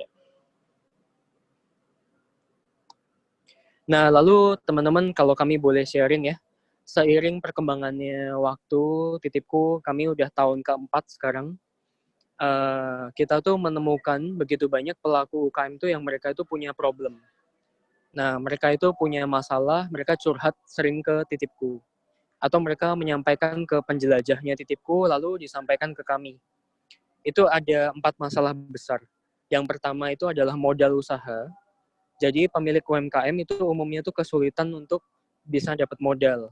Kenapa? Karena mereka masih usahanya kecil, pembukuannya belum rapi, dan tidak tercatat begitu ya. Jadi mereka ini susah untuk dapat pinjaman dari bank ataupun dari pihak yang mampu memberikan pinjaman secara legal. Nah, yang kedua itu pemasaran. Ya ini hal yang umum ya, pasti antara modal dan marketing ya. Nah, lalu yang ketiga itu pengembangan produk. Jadi ternyata pelaku UMKM itu umumnya sudah terlalu sibuk. Jadi ketika mereka itu UMKM itu seringkali kayak semua dilakukan sendiri. Jadi sang ibu itu dia produksi, dia juga jualan, dia juga masih ngurusin keluarga gitu ya. Nah, umumnya tuh pelaku UMKM itu seperti itu. Nah, jadi tidak sempat lagi untuk mikirin gimana ya supaya produknya ini tambah bagus. Nah, yang keempat itu distribusinya. Jadi ini 4 masalah besar yang kami sering dapat masukan dari pemilik UMKM. Nah, Titipku itu kami berusaha untuk berikan solusi modal usaha. Itu Titipku sekarang punya partner, itu para bank, koperasi, BPR, dan juga multi finance. Nah, mereka yang sudah menjadi partnernya Titipku, ini mereka bersedia untuk support UMKM. Jadi bagi UMKM yang mereka membutuhkan pinjaman, nah Titipku bantu untuk mereferensikan kepada pihak lembaga keuangan tadi. Nah, kenapa? Karena kalau melalui Titipku, multi finance ataupun bank ataupun koperasi tadi lebih percaya. Nah, Jadi lebih mudah untuk mendapatkan pinjaman itu tadi. Terus yang kedua, pemasaran. Oh ya, yang untuk modal usaha itu bervariasi. Ada UMKM-nya Titipku yang dapat pinjaman dari di angka 5 juta sampai ada yang di angka 300 juta rupiah. Nah, jadi yang tadinya mustahil itu jadi bisa gitu. Kenapa? Karena kita semua saling bantu. Nah, lalu yang kedua itu pemasaran, kita bantu dengan digital marketing di sosial media dan juga di platform Titipku dan juga ke komunitasnya kita. Nah, yang ketiga pengembangan produk nih. Nah, Titipku ini sedang kerjasama dengan industri bahan baku dan packaging. Jadi ketika UMKM itu butuh bahan baku ataupun packaging, nah kami bisa support seperti itu. Yang keempat distribusi ya. Nah, Titipku support dengan Jatiper dan juga kerjasama dengan mitra ekspedisi. Oke, lanjut.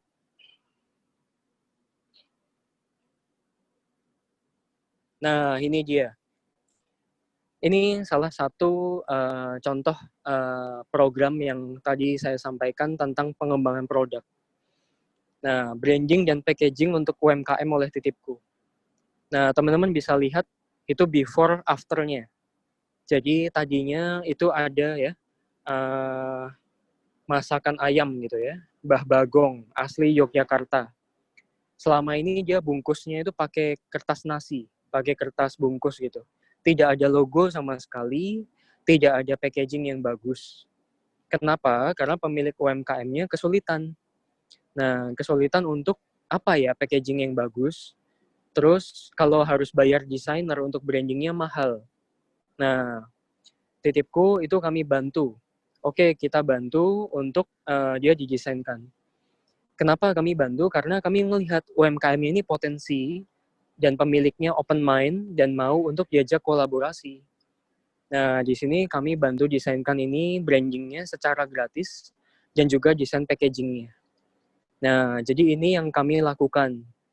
Jadi di sini Titipku berikan lunchbox ya ini bentuknya ya. Lunchbox dari kertas gitu dengan kualitas yang food grade. Nah, mungkin kalau teman-teman tahu food grade itu artinya kemasannya itu tidak berbahaya untuk makanan. Kenapa? Ini penting sekali karena makanan itu kan akan kita makan, masuk ke mulut. Nah, itu kalau tadi Pak Natali singgung tentang kesehatan ya. Nah, ini penting sekali. Kita sering kali itu kalau makan martabak, mungkin teman-teman tahu ya, bungkus kardusnya, kotak kardusnya itu pakai yang masih karton ya. Kartonnya itu yang duplex ya. Nah, itu berbahaya untuk kesehatan kita. Karena sebenarnya kertasnya itu yang dipakai itu kertas daur ulang.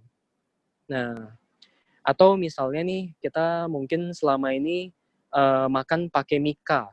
Wadahnya itu mika atau styrofoam ya. Nah, itu udah jelas, teman-teman pasti juga tahu, itu nggak baik untuk kesehatan. Gitu. Dan juga tidak baik untuk lingkungan ya. Nah, kalau ini lunchbox yang kualitasnya food grade dan juga tidak membahayakan untuk lingkungan. Gitu. Lanjut.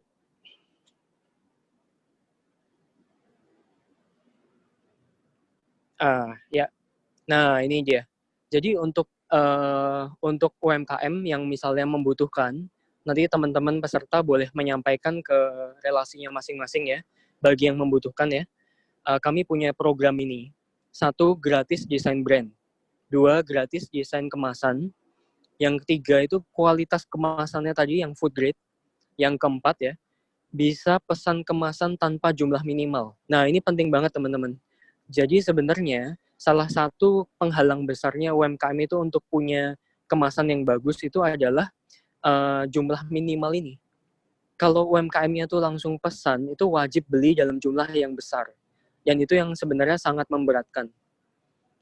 Nah, yang kelima, harganya terjangkau. Jadi, misalnya untuk 100 piece, itu per piece-nya harganya Rp2.800. Nah, tentunya kalau beli dalam jumlah yang semakin banyak akan semakin murah. Nah, itu di bawahnya saya tulis ya, sebagai pembanding nih. Kalau datang ke percetakan, UMKM itu wajib beli minimal 3.000 piece. Jadi umumnya percetakan atau industri packaging itu mereka angka minimalnya 3.000 piece. Mereka nggak bisa untuk cetakin di bawah angka itu. Nah, dengan harga berapa? 1.500 sampai dengan 2.000 rupiah per piece-nya. Nah, total modal yang terpakai itu udah besar duluan. Udah bisa sampai 4,5 sampai 6 juta rupiah. Itu uangnya itu ketahan ya, hanya untuk packaging aja. Padahal belum tentu mereka dalam waktu 1 bulan bisa langsung ngabisin 3.000 piece itu tadi. Nah, apalagi misalnya usaha UMKM yang baru merintis. Misalnya ini teman-teman kita yang mereka tuh baru mulai di rumah. Tadi ya, yang baru mulai open PO, yang baru mulai jualan.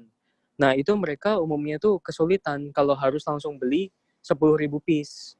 Tapi kalau kita ditanya nih, sebenarnya penting nggak sih kita punya branding dan packaging yang layak? Itu penting sekali. Kenapa? Ingat, konsumen di era digital sekarang itu membantu usaha kita untuk berkembang atau usaha kita itu malah hancur. Tadi kan katanya itu dibantu untuk sharing ya, dibantu untuk shaping oleh konsumen ya. Nah, kalau packagingnya itu bagus, konsumen itu terimanya tuh udah happy duluan. Konsumennya tuh udah liatnya, wah keren ya packagingnya ya. Nah, dan mereka langsung bisa ngeliat siapa sih produsennya, siapa sih yang jualan. Aku bisa lihat nggak Instagramnya apa. Aku bisa pesen nggak nomor teleponnya ada atau enggak. Nah, bayangin kalau misalnya tadi masih pakai bungkus nasi. Ini ayamnya tuh enak banget loh. Tapi aku mau beli, nggak ada nomor teleponnya. Nah, aku mau beli lewat online, nggak ada di online. Gimana ya? Nah, itu tadi ya.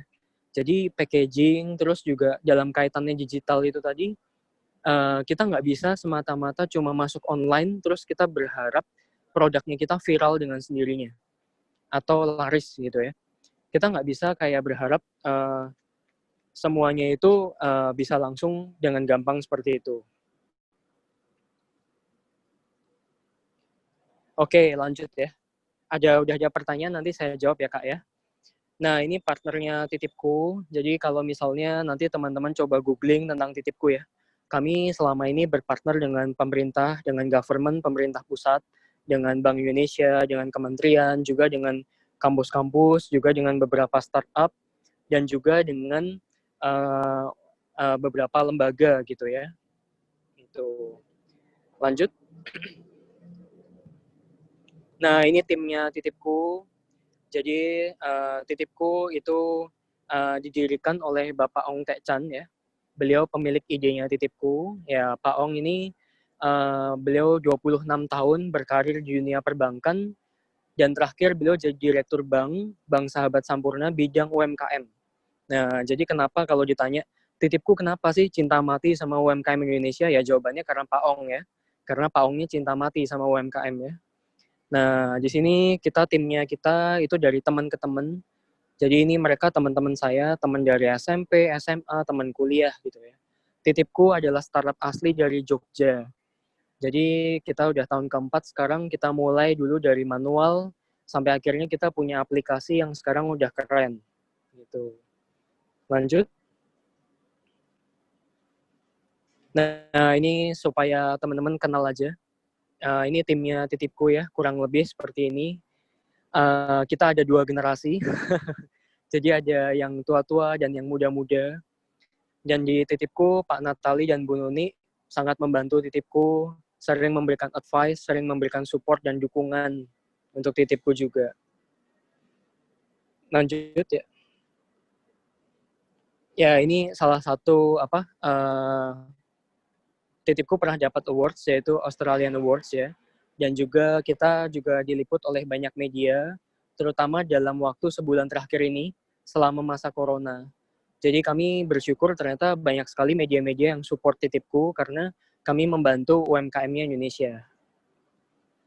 Lanjut. Nah, ini dia teman-teman, ini kesimpulannya nih. Tadi kan kita temanya nih, kita mau gimana UMKM Indonesia itu di masa depan ini dengan digital semakin berhasil. Atau kalau boleh kita persingkat itu UMKM naik kelas. Nah, ini tips dari Titipku ya. 1, milikilah mindset yang tepat sebagai pengusaha, bukan sebagai pedagang. Artinya, Titipku juga selama ini kami edukasi ke para UMKM-nya kami untuk kalau di event-event ya, gimana supaya punya value yang bagus untuk produknya. Jadi jangan hanya berpikir untuk untung dalam jangka waktu yang pendek ya, tapi milikilah visi yang besar, milikilah value yang kuat.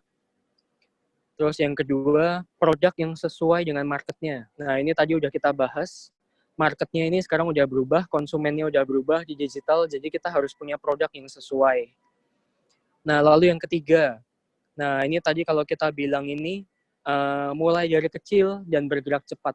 Nah, saya bersyukur sekali ada banyak sekali pengusaha baru yang muncul dari masa krisis. Jadi mereka malah mulai dari yang mereka punya apa gitu ya, mereka bisa apa, bikin apa gitu ya.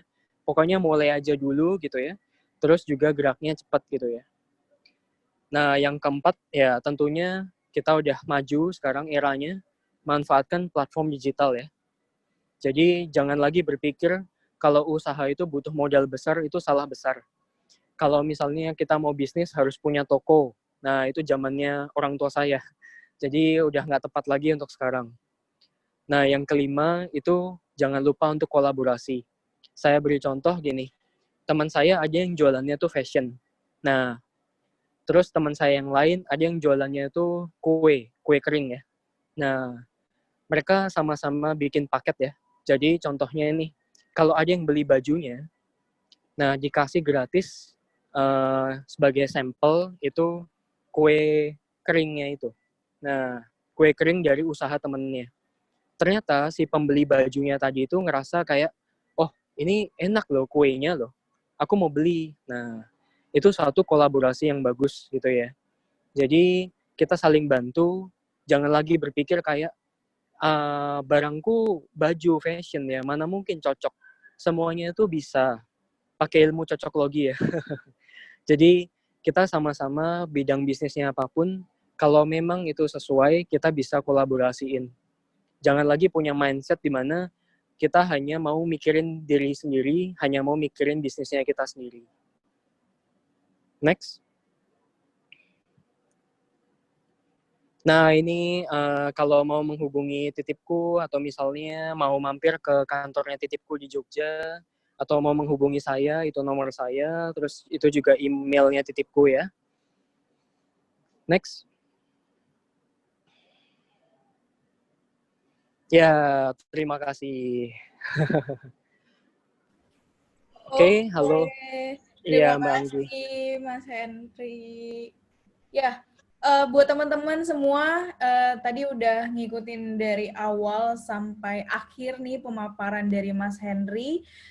Bisa langsung aja bertanya di fitur Q&A-nya Zoom atau lewat Instagram-nya @henrysuharja dan @indigo4nation. Mungkin boleh sambil ditampilin aja kali, Kamirel, Instagram-nya biar teman-teman bisa langsung scan dan langsung kirim pertanyaan via DM. Kalau dari Instagram-nya, Kang Gi. Ya? Halo, maaf saya potong. Ini Okay. saya baru lihat yang jadi peserta. Ternyata ada beberapa orang timnya Titipku juga. Ada Christopher, ada Deo, terus juga ada Pak GP ya, Pak Edward. Terus juga ada foundernya kami, Pak Ong, ada Pak Ong Taechan yang ikut juga di sini. Ya, jadi kalau misalnya nih teman-teman nanti mau juga bertanya, bisa langsung kita jawab bareng-bareng juga. Jadi kan ini lebih enak untuk kita diskusi bareng. Gitu. Nah, tuh teman-teman, banyak banget timnya dari Titipku yang hadir malam hari ini. Bisa langsung aja bertanya. Saya juga mau mengucapkan selamat datang kepada timnya Titipku. Mungkin kita bisa langsung masuk ke sesi Q&A aja kali ya, Mas Henry, karena ini sudah masuk beberapa pertanyaan, khususnya yang dari Zoom. Ini ada Chandra WS. Pesan kemasan tanpa jumlah minimal, satu aja bisa. Keren banget. Nah, apakah 5 benefit ini berlaku di seluruh daerah atau hanya di Pulau Jawa? Bisa dijawab, Mas Henry.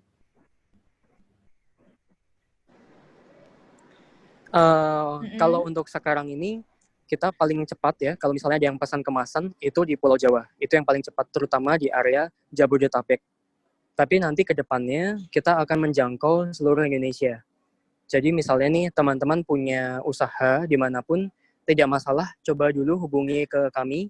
Kami akan lakukan semaksimal mungkin untuk bisa berikan kemasannya itu.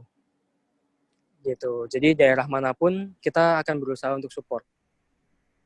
Oke, sudah terjawab nih Kak Chandra. Teman-teman juga bisa pakai fitur raise hand buat bisa ngomong langsung nih sama Mas Henry pada malam hari ini.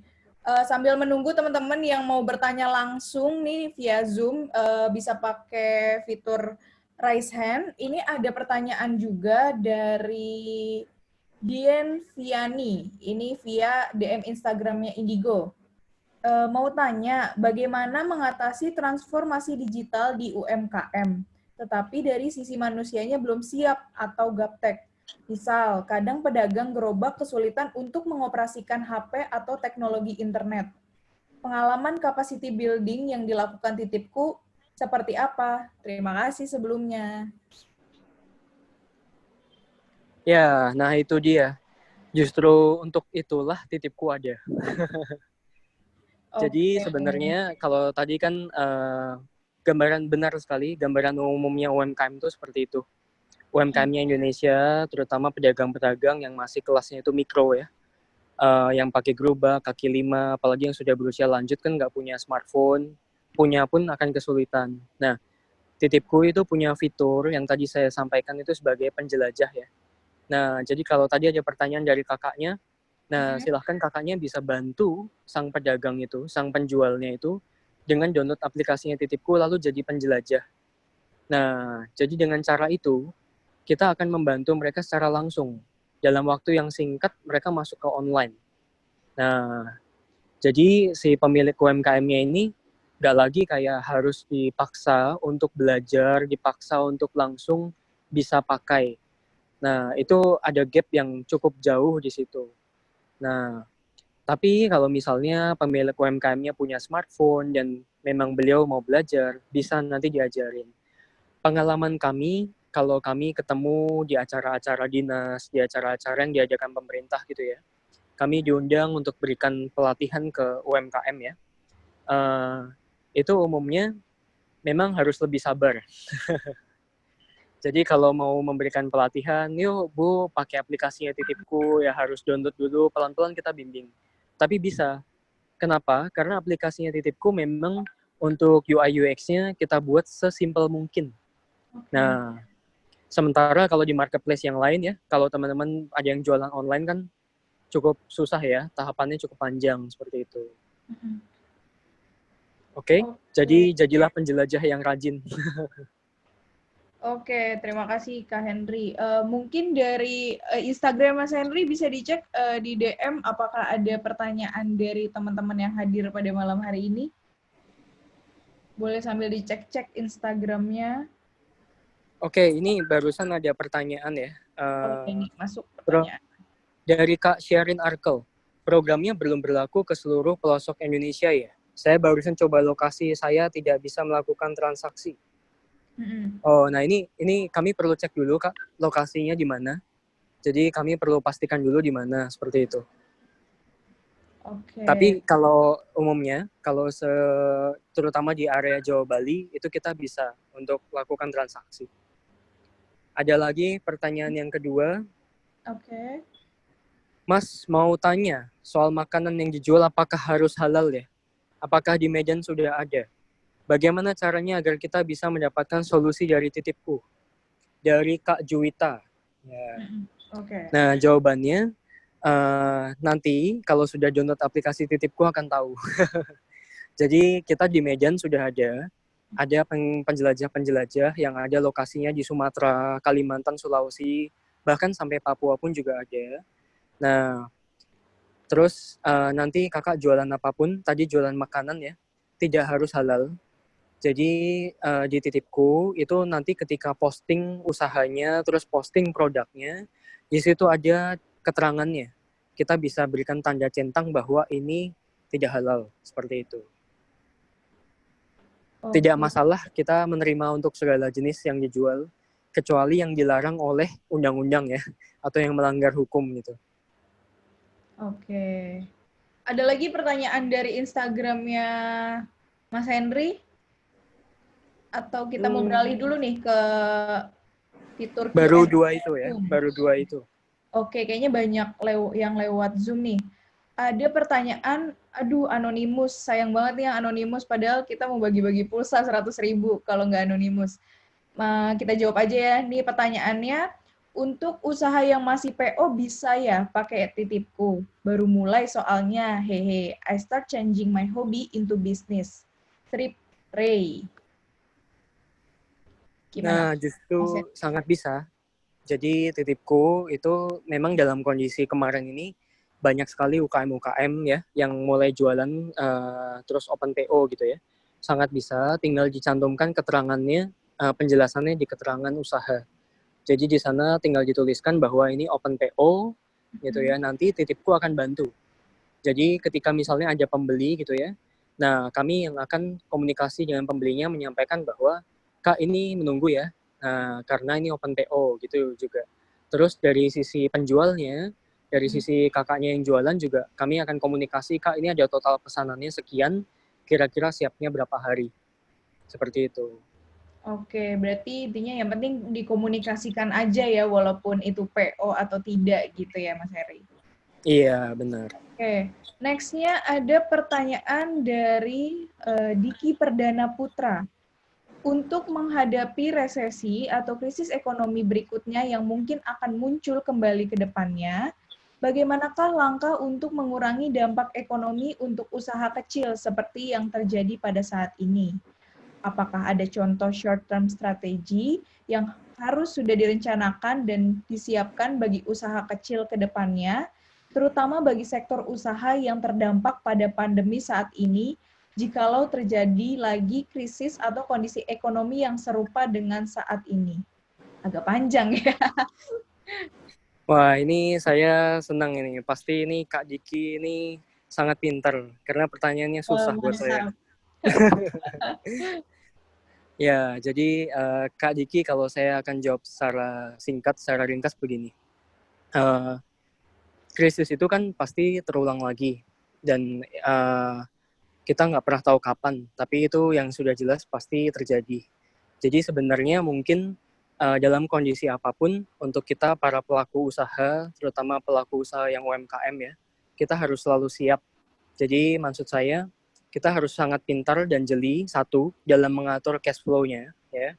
Nah, karena apa? Karena kita udah lihat nih contohnya di mana perusahaan-perusahaan besar yang mereka langsung tidak bisa beroperasi, tidak ada lagi cash flow, tidak ada capital yang disimpan, akibatnya harus terpaksa cut dulu, gitu kan.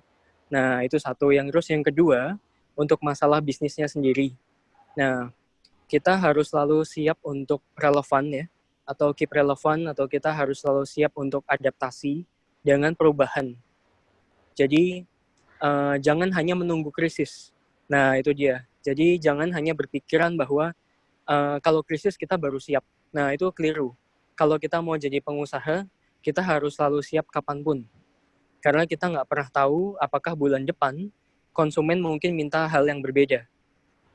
Nah, kalau kita ingat zaman dulu HP ya, HP-nya itu HP BlackBerry ya, zaman dulu ya. Iya, betul. Indonesia ini kan negara BlackBerry ya. Nah, kalau zaman sekarang itu kan semuanya Android, ya kan, atau iPhone, ya, udah yang semuanya harus touchscreen. Nah, jadi jangan sampai kita terpaku, kita terlena dengan produknya kita merasa sudah menguasai pasar, sampai akhirnya kita lupa bahwa market itu berubah. Nah, tadi yang saya sampaikan di materi, jangan lupa tentang hal itu ya. Jadi satu, selalu siap, selalu waspada, hati-hati untuk masalah cash flow, harus selalu pintar-pintar di sana. Yang kedua, bisnisnya harus relevan. Yang ketiga, produknya dan harus sesuai dengan marketnya. Oke. Semoga terjawab ya, Kak Diki pertanyaannya. Oke, next ini ada yang masuk lagi dari Instagramnya Indigo, dari @mireli.s. Ini banyak yang tanya kenapa? juga ya, via Instagram sama Q&A banyak ya. Banyak ya, di Instagram Mas Henry juga udah banyak yang nanya lagi ya? Oh, bukan di Q&A dan di chat kan ini berbeda loh pertanyaannya. Iya, Gak nanti apa-apa, kita saya bahas senang satu ya. ya. Oke, ini dari @mireli.s. Jadi saya sudah download aplikasinya, tapi banyak UKM yang sudah diupload, namun belum ada review seperti rating dari pembelinya, sehingga terkesan kurang terpercaya. Gimana menyikapi hal ini? Gimana tuh Mas Henry? Ya, jadi kami tim Titipku itu kami juga mengerti bahwa biasanya tuh pembeli kan kalau di marketplace itu lihat ya, udah bintang berapa ya kan? Ya, betul. Atau misalnya sudah terjual berapa banyak nih? Atau komentar-komentar di kolomnya tuh positif atau negatif. Nah, Titipku memang kita belum sampai untuk ada tambahan fitur seperti itu, tapi itu sudah masuk di dalam plan-nya kami. Nah, jadi saat ini kami dengan tim yang terbatas yang masih kecil, kami fokus dulu untuk fitur-fitur yang menjadi prioritas gitu. Oke. Tapi untuk kedepannya itu tentu masuk di dalam plan. Saya senang ini berarti memang sangat concern ya, gitu. Iya. Betul. Nah, ini ada pertanyaan selanjutnya dari akun yang sama. Kalau harga sayur yang dijual di Titipku itu kelipatannya 5.000. Nah, harga yang dijual di pasar itu banyak yang bisa nawar gitu. Jadi gimana cara sistem Titipku untuk mengatur perubahan harga di pasar? Oke, jadi gini, harga-harga yang tercantum di Titipku ya, itu sebenarnya mungkin kalau kakaknya sudah, saya senang sih udah download ya, thank you ya. Ya. Nah itu harga-harganya itu tidak hanya 5.000 loh. Jadi kalau misalnya lihat di pasar yang lain, di kios-kios yang lain, itu ada juga harga yang sesuai dengan kondisi terakhir. Nah, nanti proses transaksinya, karena harganya itu kan sewaktu-waktu bisa berubah, gitu kan. Nah, nanti yang membantu untuk merubah harganya ketika proses transaksi, ketika nanti kakaknya belanja, itu adalah si Jatiper. Nah, jadi Jatiper itu ibaratnya asisten belanja kita. Nah, jadi Jatiper ketika dia datang ke pasar, ke pedagangnya, dia tanya, harganya sekarang berapa ayam 1 kilo? Oh, udah berubah ya. Nah, si Jatipernya menyampaikan ke pembelinya. Seperti itu. Oke, baik. Berarti disampaikan lewat Jatiper. Nah, ini dari fitur Q&A, ada yang tanya, saya mau tanya, Titipku kan sekarang punya tujuan untuk mendigitalisasi UMKM. Tapi kebanyakan pelaku UMKM itu sudah berumur dan biasanya usaha UMKM terutama makanan dilakukan turun-temurun dan ada kemungkinan anaknya tidak mau melanjutkan usaha dan pelaku UMKM terpaksa tutup. Padahal UMKM seperti itu biasanya memiliki nilai sejarah dan menjadi turis spot. Apakah tim Titipku memiliki solusi untuk mendorong pertumbuhan UMKM baru dari Ardi Tanura?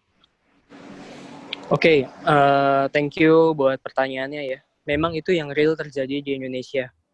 Jadi banyak sekali produk-produk yang unggulan khas daerah atau di suatu daerah, tapi sayangnya anak mudanya itu memilih untuk kerja di luar kota karena lebih gampang, income-nya lebih pasti dan sebagainya. Nah, kalau itu memang yang perlu kita jaga bareng-bareng gitu ya. Sementara untuk tadi mendigitalkannya, jawabannya yaitu tadi melalui penjelajah. Nah, jadi ini pasti kakaknya yang bertanya ini kan punya hati yang peduli dengan UMKM. Karena kelihatan dari pertanyaannya. Nah, jadi kalau misalnya memang tadi itu care ya, salah satu solusi yang paling cepat yang kita bisa lakukan di posting di Titipku. Jadi dijelajah, dibuatkan yang bagus reviewnya, sampaikan ke Titipku, kami akan bantu promosikan itu. Nah, dengan cara itu kita bisa menjaga itu tadi, produk unggulan itu tadi ya, seperti itu. Oke. Jadi Titipku tidak mungkin kita bisa melakukan semuanya sendirian, apalagi UMKM Indonesia 60 juta itu tadi ya. Nah, ini harus dibantu kita bareng-bareng, teman-teman semua. Oke.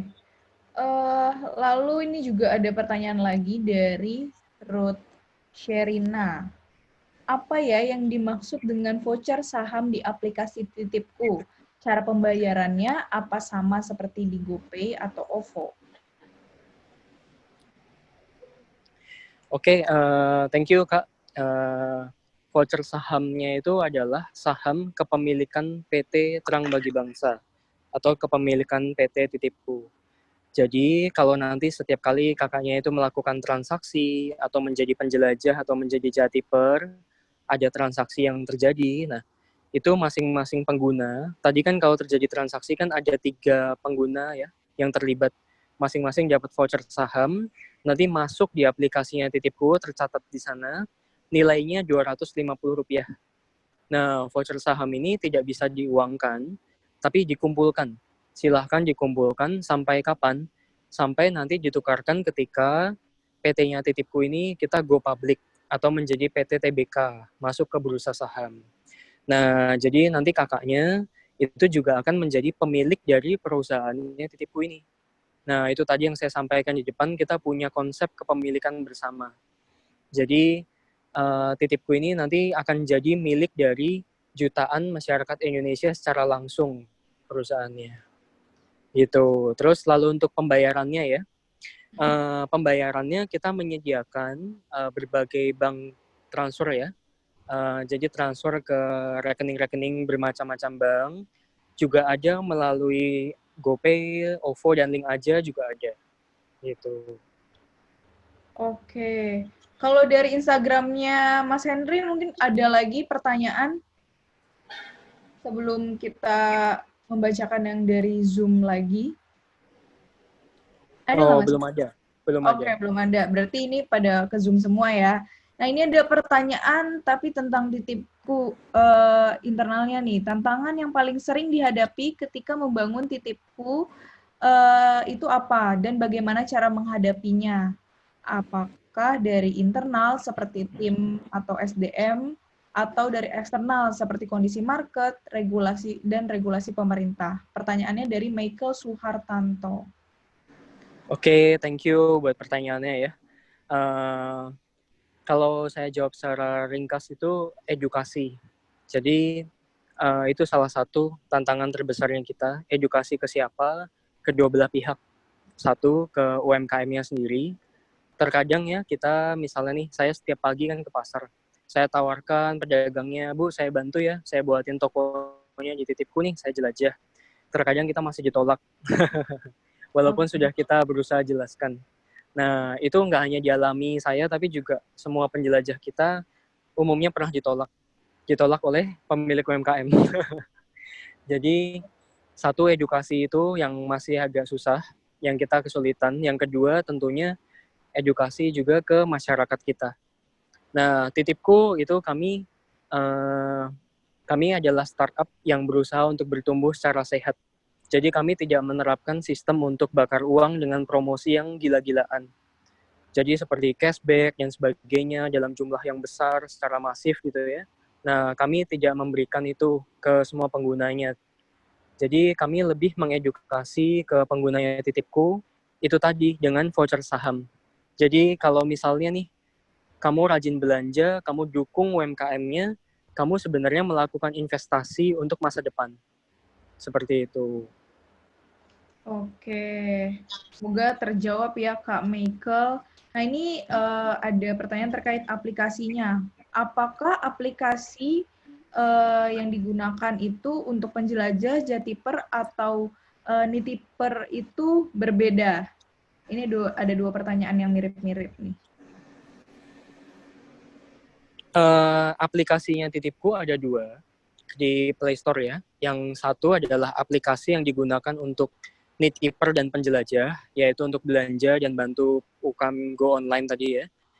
Terus aplikasi yang terpisah itu untuk jatiper, seperti itu. Jadi misalnya nih kakaknya berminat untuk saya mau jadi penjelajah dan belanja, ya aplikasi Titipku yang utama.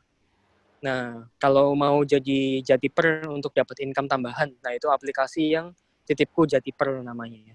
Begitu. Oke, berarti berbeda ya. Semoga terjawab ini untuk Kak Hotma dan Kak Suwarni. Nah, mungkin kita akan jawab 3 pertanyaan terakhir kali ya. Ini salah satunya ada dari Arwin Gunadi. Jika ada buyer yang mau membeli produk dari salah satu UMKM namun belum tersedia jatiper di area UMKM tersebut, misalnya karena UMKM terletak di remote area, bagaimana solusinya agar produk tetap bisa diterima oleh buyer tepat waktu? Nah, itu kita titipku itu melakukan beberapa cara. Yang salah satunya adalah kita terkadang kita menggunakan jasa dari ojek online. Itu salah satunya. Jadi seperti itu. Terus yang kedua, itu titipku kami secara aktif itu menghubungi, kita juga punya komunitas untuk penggunanya titipku di daerah-daerah ya. Nah, jadi di sana siapa penjelajahnya? Itu pertama kami lihat dulu nih. Oh, ini ada UKM-nya, tapi jatipernya belum ada nih, belum siap nih. Nah, kita lihat dulu penjelajahnya siapa.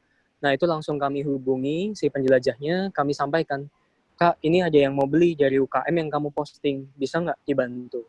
Nah, seperti itu salah satu solusi yang paling cepat gitu. Jadi titipku dengan community ya, based on location, dan kita punya community itu di setiap daerah sangat membantu. Oke, berarti pokoknya nggak perlu khawatir bahwa komunitas titipku itu luas ya, ada di mana-mana. Iya. Oke. Nah, ini pertanyaan kedua sebelum kita tutup. BTW aplikasinya keren banget. Saya udah ada incaran tempat makan dekat rumah yang mau dibuat go online. Nah, kalau bukan makanan bisa juga ya untuk barang industri gitu. Bisa nggak tuh, Mas Heri? Bisa, jadi kita titipku, kita menerima segala jenis UMKM. Dari yang bidangnya fashion, kerajinan, sembako atau pasar gitu ya. F&B atau kuliner, bahkan termasuk UMKM yang jasa. Itu juga ada di titipku, seperti itu. Pokoknya yang penting UMKM 100% asalnya dari Indonesia. Yang penting itu ya, Mas Heri. Iya, benar banget. Oke, pertanyaan terakhir ini dari Chandra WS. UMKM yang kebanyakan ibu-ibu kan biasanya gaptek pakai banget. Wah, masa ibu-ibu dibilang gaptek nih. Foto produknya aja nggak ada atau serba ngasal. Apakah ini juga akan jadi tugasnya si penjelajah? Gimana tuh Mas Henry? Ya, jadi penjelajah, nanti kalau sudah download nanti akan lebih paham ya. Jadi penjelajah itu tugasnya, pertama itu tadi, datang ke UKM-nya. Nah, terus kemudian ya tentunya kenalan ya, bangun relasi yang baik dengan UKM-nya, mengenalkan titipku gitu ya. Kita menawarkan bantuan, kita memberikan solusi untuk pelaku UKM-nya. Bu, saya bantu ya, masuk ke online gratis. Nah, seperti itu. Nanti kalau Ibu sudah masuk ke titipku, nanti ada yang belanja, dari titipku juga Bu, yang kirimkan ke pembelinya. Nah, Ibu sama sekali nggak dipungut biaya apa-apa, harganya pun harga asli dari Ibu. Nah, pertama harus dijelaskan dulu seperti itu. Nah, umumnya pemilik UMKM kalau sudah dijelaskan seperti itu, mereka mau. Karena bagi mereka nggak ada risikonya.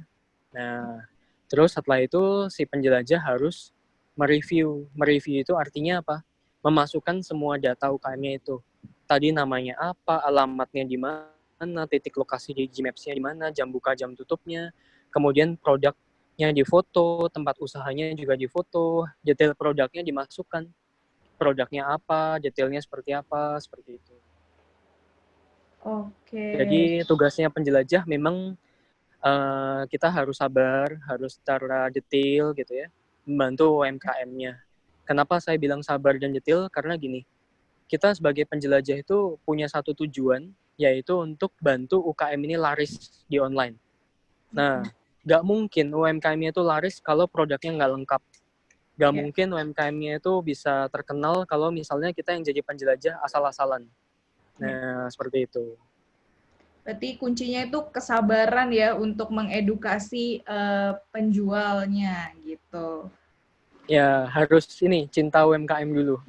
Mantap, cinta UMKM, semacam bisa dijadiin tagline tuh, cinta UMKM. Oke, terima kasih Mas Henry atas pemaparan dan jawabannya terhadap pertanyaan yang disampaikan oleh teman-teman pada malam hari ini. kayaknya teman-teman tadi udah ada beberapa chat masuk nih yang minta ini materinya dibagiin nggak sih gitu. Nah, udah ketawa tuh Mas Henry, berarti kita sudah menyediakan materi buat teman-teman yang mengisi feedback review. Gimana sih caranya ngisi feedback review? Boleh ditampilkan Kamirel caranya?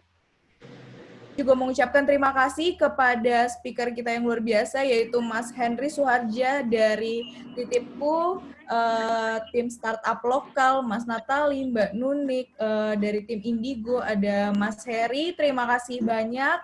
Semoga webinar ini bermanfaat bagi kita semua. Saya Anggi pamit undur diri, sampai bertemu di webinar Indigo selanjutnya. Bye-bye. Thank you Kak Anggi, thank you Thank tim you Indigo, semuanya. tim startup lokal semuanya, terima kasih. Terima kasih Mas Henry.